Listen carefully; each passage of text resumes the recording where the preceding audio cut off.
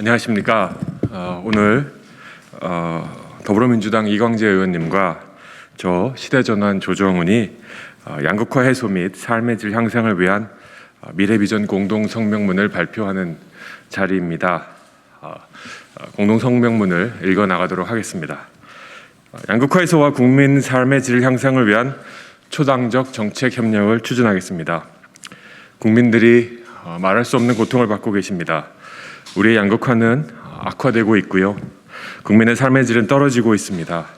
시대를 바꾸고 미래로 나아가기 위해 반드시 해결해야 할 문제가 양극화임은 우리 모두 느끼고 있는 바입니다. 이제 우리 두 정당의 국회의원은 양극화 문제를 해소하고 국민 삶의 질을 향상시키기 위해 미래 비전을 함께 공유하고 초당적으로 정책 협력을 추진하도록 하겠습니다. 우선 소득 양극화 문제를 반드시 해결해야 합니다. 지난달 통계청이 발표한 자료에 따르면 뚜렷한 K자형 회복세를 보이고 있습니다. 고소득층은 1년 만에 소득이 거의 회복된 반면에 저소득층은 아직도 충격에서 벗어나지 못하고 있습니다. 이러다가는 격차가 더욱 커져갈 것 같습니다. 정부는 OECD 회원국 중 국가재정 적자가 최소 수준이라고 자랑하시지만 가계부채 증가 속도는 OECD 최고입니다. 두 번째로 더 큰 문제는 자산 양극화입니다. 월급을 아무리 벌어봤자 벌어지는 자산 양극화를 따라잡을 수가 없는 형편입니다. 코로나로 인해 세계 경제가 침체되는 과정에서 소위 유동성이 풍부한 고소득층의 투자 기회는 늘어났습니다.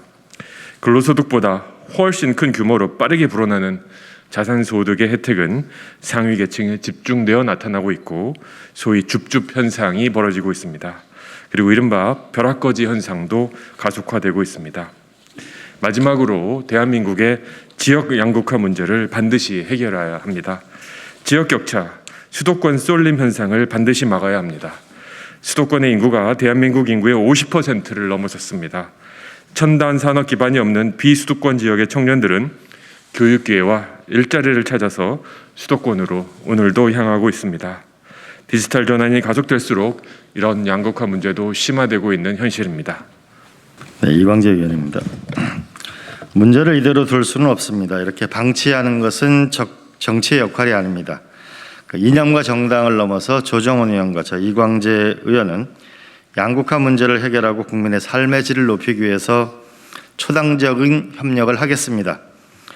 구체적인 해결책 모색을 위해서 다음과 같은 노력을 해나가겠습니다. 첫 번째, 개헌을 통해서 양극화 해소와 국민의 삶의 질 향상 의무를 명확하게 하겠습니다. 현행 헌법 제119조에 있는 경제 민주화 조항만으로는 심화되는 양극화 문제를 해결할 수 없습니다. 따라서 행복추구권 제10조를 행복보장권으로 확장해서 구체적으로 진화시켜야 합니다.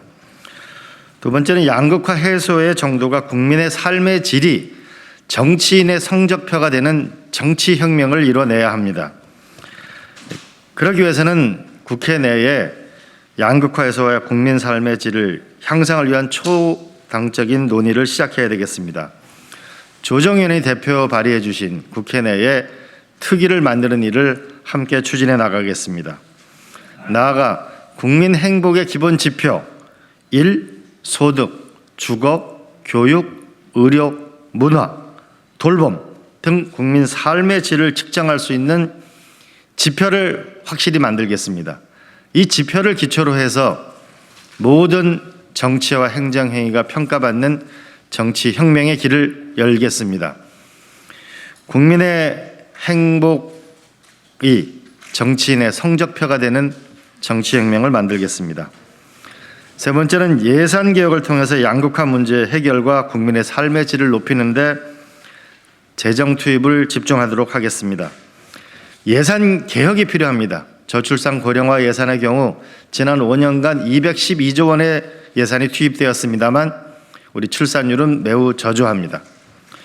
이제 국가 예산이 투입되면 반드시 그 결과로 나타나야 합니다. 그 결과는 국민의 삶의 질 지표로 평가받아야 합니다.